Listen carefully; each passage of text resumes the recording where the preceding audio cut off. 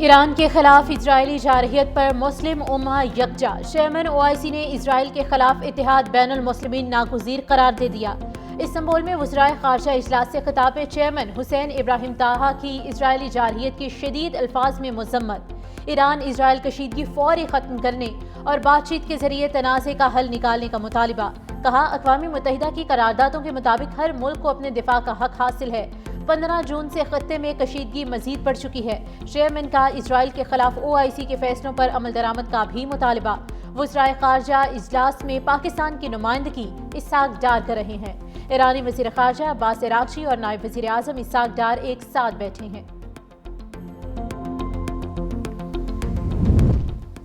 ترک صدر نے اسرائیل کو امن کی راہ میں سب سے بڑی رکاوٹ قرار دے دیا۔ OIC وزرائے خارجہ اجلاس سے خطاب میں ترک صدر رجب طیب اردوان نے کہا کہ اسرائیل ایک دہشت گرد ریاست اور خطے کے امن کی راہ میں سب سے بڑی رکاوٹ ہے۔ صہیونی ریاست پورے خطے کو جنگ میں دھکیلنا چاہتی ہے۔ ایران پر اسرائیلی حملے کی سخت مذمت کرتے ہیں۔ ایران کو اپنے دفاع کا مکمل حق حاصل ہے۔ ایرانی بہن بھائیوں کے ساتھ کھڑے ہیں۔ مغربی طاقتیں اسرائیل کی حمایت کر رہی ہیں۔ مسلمانوں کو بھی متحد ہونا ہوگا۔ ترک صدر کا مسئلہ فلسطین کے 2 ریاستی حل کا بھی مطالبہ۔ کہا، فلسطین ہماری ریڈ لائن ہے، خطے کو مزید تباہی سے بچانا ہوگا۔ ایران پر حملے بارے ابھی کچھ نہیں کہہ سکتا۔ ایران میں زمینی افواج اتارنا آخری حل ہوگا۔ صدر ٹرمپ کی میڈیا سے گفتگو۔ کہا، اسرائیل کے پاس اتنی صلاحیت نہیں کہ وہ ایران کی جوہری صلاحیت کو ختم کر سکے۔ ڈائریکٹ انٹیلیجنس ایرانی ایٹمی ہتھیاروں سے متعلق غلط ہیں۔ ایران کی ایٹمی صلاحیت بارے تلسی نے کہا تھا، غلط کہا تھا۔ مجھے لگتا ہے ایران ایٹمی طاقت بننے کے قریب تھا۔ یقین ہے ایران یورپ کے بجائے امریکہ سے بات کرے گا۔ دیکھتے ہیں کیا ہوتا ہے۔ مذاکرات سے پہلے سیز فائر چاہتا ہوں۔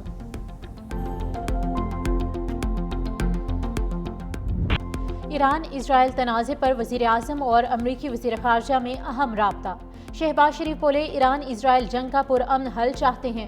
پاکستان خطے میں امن کے لیے تعمیری کردار ادا کرنے کو تیار ہے۔ صدر ٹرمپ اور عاصم منیر کی ملاقات انتہائی مثبت رہی۔ مارکو روبیو کی سفارتی کوششوں سے پاک بھارت جنگ ٹلی۔ جنوبی ایشیا میں دیرپا امن کے لیے پاکستان بھارت مذاکرات ضروری ہیں۔ وزیر اعظم کا مسئلہ کشمیر، آبی معاہدے، تجارت اور دہشت گردی پر بات چیت کی ضرورت ہے۔ امریکی وزیر خارجہ کی علاقائی امن کے لیے پاکستان کے کردار کی تعریف۔ کہا، امریکہ پاکستان کے ساتھ قریبی شراکت داری کے لیے پرعزم ہے۔ وزیر اعظم شہباز شریف نے صدر ٹرمپ کو دورہ پاکستان کی دعوت بھی دے دی۔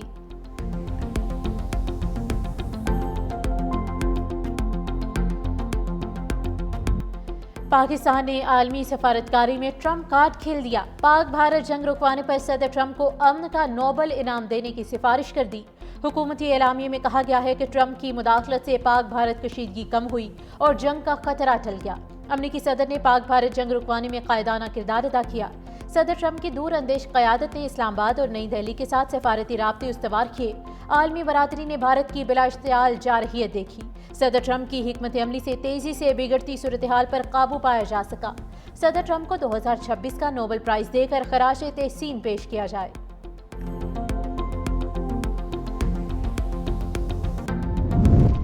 پاک بھارت جنگ رکوانے پر مجھے نوبل پرائز ملنا چاہیے۔ صدر ٹرمپ نے بھی پاکستان کی ہاں میں ہاں ملا دی۔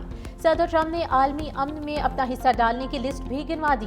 کہتے ہیں، میں نے روانڈا اور جمہوریہ کانگو کے درمیان شاندار معاہدہ کر کے ان کی جنگ کو بھی روکا۔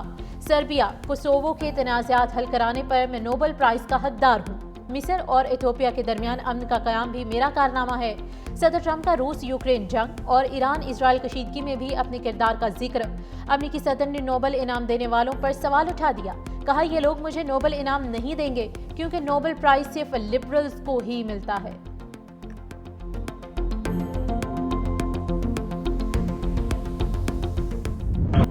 ایران کا اسرائیل کے خلاف آپریشن وعدہ صادق سوم جاری۔ دارالحکومت تل ابیب سمیت کئی شہروں پر پھر میزائل برسا دیے۔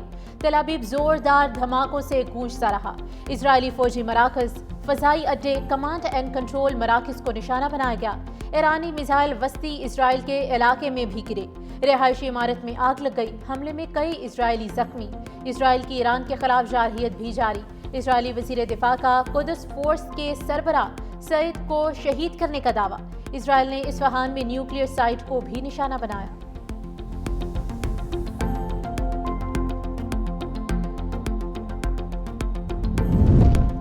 ایران کے ممکنہ جوابی حملے کا خوف، امریکہ نے قطر میں ایئر بیس سے اپنے طیارے ہٹا لیے، سیٹلائٹ تصاویر منظر عام پر آ گئی۔ ایران اسرائیل جنگ سے پہلے ایئر بیس پر کئی طیارے موجود تھے، اب کوئی طیارہ موجود نہیں۔ امریکی حکام نے تصدیق کرتے ہوئے کہا کہ طیارے ایرانی حملوں کی زد میں آ سکتے تھے۔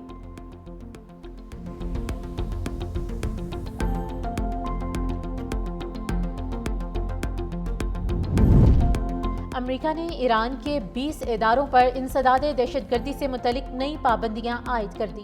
امریکہ کی جانب سے 5 افراد اور 3 بحری جہازوں پر بھی پابندیاں لگائی گئیں۔ پابندی کے شکار افراد میں ایرانی پاسداران انقلاب کے لوگ بھی شامل۔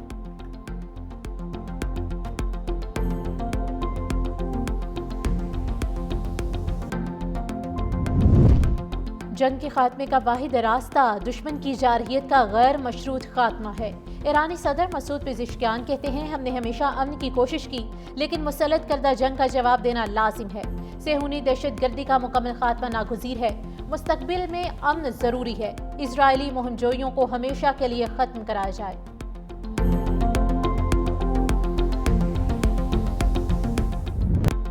اقوام متحدہ کا ایران اسرائیل فوری جنگ بندی پر زور۔ سلامتی کونسل کے ہنگامی اجلاس میں ایران کی جوہری تنصیبات پر تشویش کا اظہار۔ پاکستان نے اسرائیلی جارحیت کے خلاف ایران کی ایک بار پھر کھل کر حمایت کر دی۔ سیکرٹری جنرل انتونیو گوتریس نے کہا کہ ایران اور اسرائیل فوری جنگ بندی کریں، تنازع بڑھا تو کسی کے کنٹرول میں نہیں رہے گا۔ سربراہ عالمی جوہری ایجنسی رافیل ماریانو گریسی نے کہا کہ اسرائیل نے ایران کی متعدد ایٹمی تنصیبات کو نشانہ بنایا۔ اسرائیلی حملوں سے ایٹمی تابکاری کا خدشہ ہے۔ پاکستان کے مستقل مندوب عاصم افتخار نے کہا کہ اسرائیل کے ایران پر حملے خود مختاری اور عالمی قوانین کی خلاف ورزی ہیں۔ ایرانی جوہری پروگرام کے حوالے سے معاملات کا پرامن حل چاہتے ہیں۔ عالمی ایٹمی توانائی ایجنسی اپنی ذمہ داریاں پوری کرے۔ شہید بے نظیر بھٹو کو خراج عقیدت پیش کرنے کے لیے ملک بھر میں تقریبات۔ سکھر، گوجرانوالہ اور ننکانہ صاحب میں سابق وزیر اعظم کی 72ویں سالگرہ کی تقریب۔ جالوں نے کیک کاٹے، بھٹو کے نعرے بھی لگائے گئے۔ شہید بی بی کی سالگرہ پر chairman Pakistan peoples party Bilawal Bhutto کا سکھر کے شہریوں کے لیے تحفہ۔ گڈانی پھاٹک پر شہید محترمہ بے نظیر بھٹو فلائی اوور کی تعمیر آج شروع ہوگی۔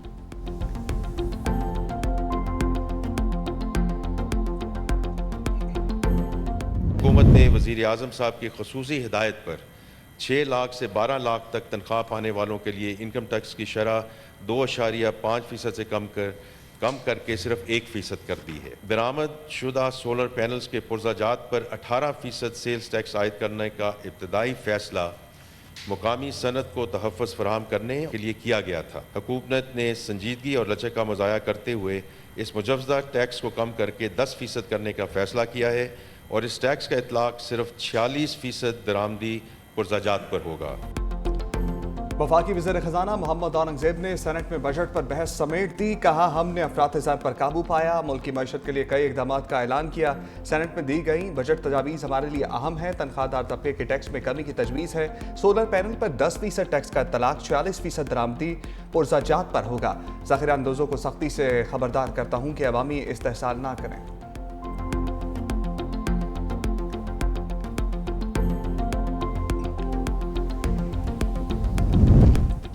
جسٹس منصور علی شاہ کی سپریم کورٹ کے آئینی بینچ کی مدت میں توسیع کی مخالفت۔ 26ویں ترمیم کیس کے فیصلے تک تمام ججز کو آئینی بینچ میں شامل کرنے کا مطالبہ۔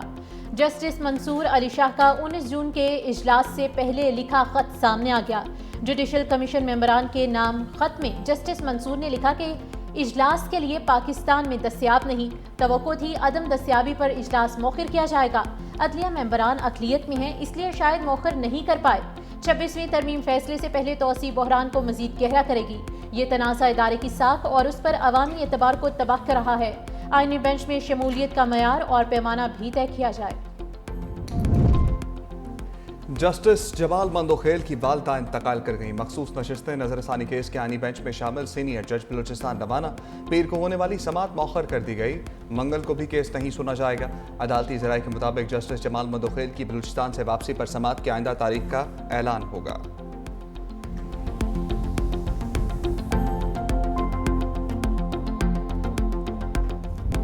شہر قائد میں بادلوں کی انٹری، گرمی کی چھٹی، سمندری ہوائیں شہر کی فضا کو ٹھنڈک بخشنے لگی۔ لاہور میں بھی سورج اور بادلوں میں آنکھ مشولی، محکمہ موسمیات کی پیشگوئی کے مطابق ابر رحمت کا امکان۔ راولپنڈی، اسلام آباد اور گرد و نواح میں رات گئے بارش سے گرمی کا زور ٹوٹ گیا۔ مانسہرہ، پشاور، سوابی، مردان میں بارش کی پیشگوئی۔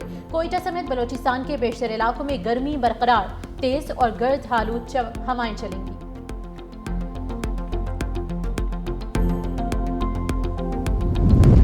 آج سال کا طویل ترین دن اور مختصر ترین رات ہوگی۔ آج دن کا دورانیہ 13 گھنٹے 41 منٹ ہوگا، رات 10 گھنٹے 19 منٹ کی ہوگی۔ 1 جولائی کے بعد دن کا دورانیہ کم ہونا شروع ہو جاتا ہے۔ 22 ستمبر کو دن اور رات کا دورانیہ تقریباً برابر ہو جاتا ہے۔